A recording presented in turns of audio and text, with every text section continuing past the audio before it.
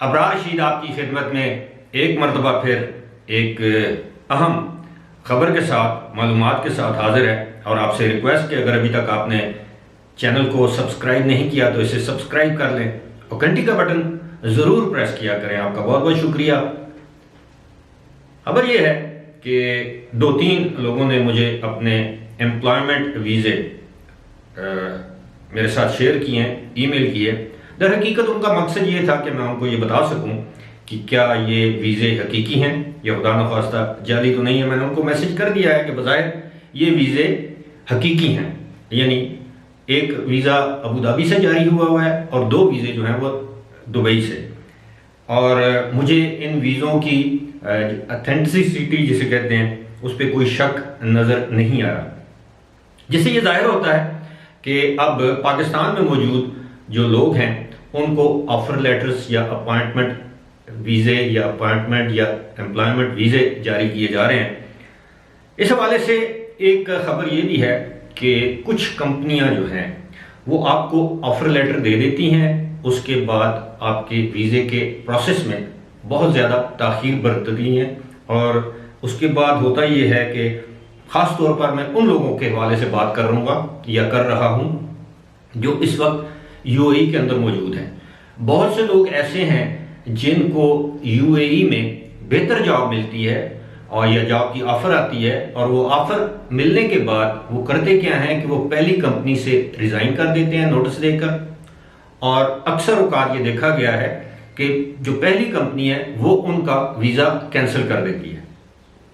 अब देखने में यह आया है कि जो अगली कंपनी है जिसने उनको ऑफर लेटर दिया हुआ था वो उनको वीज़ा जारी नहीं करती या बर वक्त वीज़ा जारी नहीं करती, जिसकी वजह से उनको मुश्किलात का सामना है। अब आपका पहला वीज़ा जिस दिन से कैंसिल होता है वो कंपनी वहाँ की ministry of human resources and Emiratisation जो है MOHRE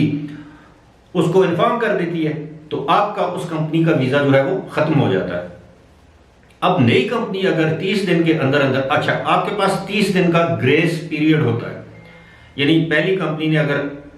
15 तारीख को आपका वीज़ा कैंसिल किया है, MOHRE यानी वजारत को इतला कर दी है, तो उसके बाद 30 दिन आपके पास होते हैं ग्रेस पीरियड। उस 30 दिन के अंदर अंदर या तो आपकी दूसरी कंपनी आपको वीज़ा जारी कर सकती है, आपका वीज़ा उस कंपनी के नाम पर लग जाएगा, या फिर आप 30 दिन इंतज़ार कर सकते हैं और 30 दिन ख़त्म होने से पहले आप मज़ीद 30 दिन के लिए विजिट वीज़े के लिए यूएई के अंदर रहते हुए आप अप्लाई कर सकते हैं और अक्सर मिल जाता है। जाहिर है उसके लिए आपको उसकी जो मुजवज़ा फ़ीस है वो अदा करना पड़ती है। अब सूरत हाल ये है कि जिस दिन आपके पहली कंपनी के साथ 30 दिन पूरे हो जाएं वीज़ा कैंसिल होने के बाद और आपने विजिट वीज़े के लिए अप्लाई नहीं किया मज़ीद 30 दिन के लिए, तो आपको यूएई को छोड़ना पड़ता है। अब असल जो बात मैं आपके गोशगुजार करना चाहता हूँ, ज़रा गौर से सुनिएगा। मुमकिन है अल्लाह ना करे आपको भी ऐसी सूरत हाल का सामना करना पड़े या आपके किसी दोस्त को ऐसी सूरत हाल का सामना करना पड़ सकता है, तो आप उसको बता सकते हैं या मेरी वीडियो उसके साथ शेयर कर सकते हैं ताकि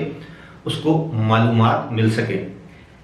अब पहली कंपनी ने आपका वीज़ा कैंसिल कर दिया, दूसरी कंपनी ने आपको ऑफर लेटर दिया था, ऑफर लेटर देने के बाद दूसरी कंपनी आपको बर वक्त वीज़ा जारी नहीं कर रही या आपको अपॉइंटमेंट लेटर नहीं दे रही, तो आप क्या कर सकते हैं? आपके पास कानूनी हक क्या है? अगर तो ऑफर लेटर जिस वक्त जारी किया जाता है उसके बाद आपका उस पर दस्तखत मौजूद है और आपका जो एम्प्लॉयर है, जो उस कंपनी का CEO है, जो भी HR का मैनेजर है, उस कंपनी के किसी जिम्मेदार ऑफिशियल के उस ऑफर लेटर पर दस्तखत हैं और आपके दस्तखत हैं, क्योंकि अगर आप बजाते खुद वहां पर गए हैं तो फिर तो उसकी कानूनी हैसियत है। लेकिन अगर यकतरफा तौर पर कंपनी ने उसको जारी किया और उस पर आपके दस्तखत नहीं है, उसकी कानूनी हैसियत कोई नहीं है। अब मैं आपको बताता हूं कि जिसकी कानूनी हैसियत है उसके हवाले से आप क्या कर सकते हैं। लेकिन अक्सर औकात ये देखा गया कि ऑफर लेटर के बाद कंपनी आपको हफ्ते 10 दिन के अंदर जो ही आप ऑफर एक्सेप्ट करते हैं, कबूल करते हैं, पेशकश को कबूल करते हैं, तो आपको कंपनी हफ्ते 10 दिन के अंदर अंदर अपॉइंटमेंट लेटर जारी कर देती है। जो ही वो आपको अपॉइंटमेंट लेटर जारी करती है, उस अपॉइंटमेंट लेटर या कॉन्ट्रैक्ट पर आपके सिग्नेचर होना जरूरी है, कंपनी के नुमाइंदे के या अफसर के या CEO के सिग्नेचर्स होना जरूरी है, दस्तखत होना जरूरी है। क्योंकि वो पूरा कॉन्ट्रैक्ट होता है, उसमें कवायद और ज़वाबित शराइत होती हैं। अब उसके बाद आपने क्या करना, जब आपके पास अपॉइंटमेंट लेटर आ जाता है तो वही कंपनी, नई कंपनी, वो दूसरे यानी इदारे जो MOHRE है उसको मुतला कर देता है कि जी अब ये शख्स जो है इसने हमारी कंपनी ज्वाइन कर दिया, इससे पहले फलां कंपनी में था, उस कंपनी ने इसका वीज़ा कैंसिल कर दिया, तो वो वहाँ से आपका वीज़ा जो है वो जो एम्प्लॉयमेंट, नया एम्प्लॉयमेंट वीज़ा जारी हो जाता है, जिसके बाद आप उसको, अगर आपकी मुद्दत मुलाजमत इतनी ज़्यादा है, साल 2 साल, तो आप उसको रेजिडेंस वीज़ा में कन्वर्ट कर सकते हैं या करवा सकते हैं। अब आते हैं इस सवाल की जानब कि जो अगर कंपनी ने आपको ऑफर लेटर तो दे दिया एक तरफा और आपने एक्सेप्ट कर दिया, आपने पिछली कंपनी को इस आस पर छोड़ दिया कि अगली कंपनी में जॉब मिल जाएगी, अगली कंपनी आपको अपॉइंटमेंट लेटर इशू नहीं कर रही, लेकिन उस पर अगर उस कंपनी के मजाज अफसर के दस्तखत हैं और आपके दस्तखत हैं बाकायदा उस ऑफर लेटर पर, तो फिर आप सिविल कोर्ट में उसके खिलाफ कार्रवाई कर सकते हैं। ये देखें, इन्होंने मेरे साथ एक मुआहदा किया, मुझे ऑफर की, मुझे पेशकश की, अब मुझे ये अपॉइंट नहीं कर रहे, जबकि इनकी वजह से मैंने अपनी पिछली कंपनी को छोड़ दिया, जिसकी वजह से मुझे इतने ज़्यादा माली नुकसान हुए हैं या हो रहे हैं, और मुझे इस कदर जहनी परेशानी या कर्ब का सामना है, इतने मेरे अखराजात हो गए हैं, अब मेरे वीज़े का स्टेटस खत्म हो रहा है, तो लिहाजा आप सिविल कोर्ट में चले। अब सिविल कोर्ट आमतौर पर मैं ये नहीं कह सकता कि वो 30 दिन में फैसला करेगी या 30 हफ्तों में करेगी या 3 सालों में करेगी या 3 माह में करेगी, ये उनकी सवाबदीद है, लेकिन आपका कानूनी हक है। लेकिन उसके लिए फिर वही बात, आपको एक लॉयर या वकील हायर करना पड़ेगा, उसकी खिदमत हासिल करना पड़ेगी। और आपको मालूम है कुछ वकला ऐसे हैं जो आपसे एडवांस में फीस लेते हैं, कुछ वकला ऐसे हैं जो आपसे शायद ये वायदा भी कर लें कि जी अगर केस जीत गए तो मैं उस केस से का इतना % जो आपने हर्जाने का या जिसका भी डैमेजेस का क्लेम किया है माली उसके लिए, तो उस सिविल सूट से मिसाल के तौर पे आपको अगर 1 लाख दरम मिलता है तो उसमें से वकील आपसे शुरू से मुआहदा कर लेगा जी उसका 30% मेरा होगा, यानी 30,000 दरम मेरे होंगे। कुछ वकील ऐसे होते हैं वो कहते हैं जी आप मुझे 5,000 दरम दें, 10,000 दरम दें तो मैं आपका केस लड़ूंगा।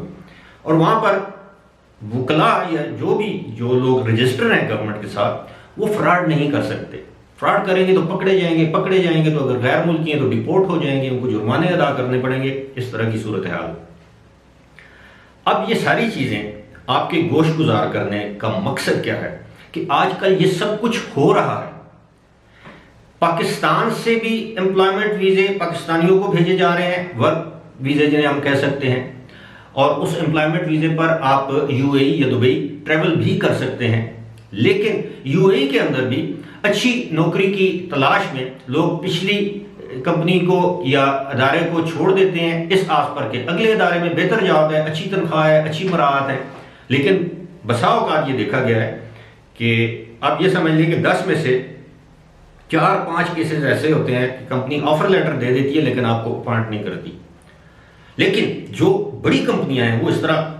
का काम नहीं करती क्योंकि उनकी साख मुतासर होती है। उनको कोर्ट में लेके जाएं तो फिर वो अखबारी खबर बनती है, मीडिया में आ जाता है, तो ये कंपनियां जो हैं वो इसको अफोर्ड नहीं कर सकती। मुझे उम्मीद है कि आपको मेरी ये वीडियो मालूमाती लगी होगी, आपको इससे फ़ायदा हुआ होगा, और अगर आप समझते हैं कि इसमें कोई तशनगी रह गई है तो आप मुझे ईमेल कर सकते हैं, आप मुझे कमेंट कर सकते हैं। इंशाल्लाह मेरी कोशिश होगी आने वाली किसी वीडियो में मैं उस तशनगी को भी दूर करने की कोशिश करूं। फिलहाल इसी के साथ मुझे दीजिए इजाज़त। खुदा हाफिज़।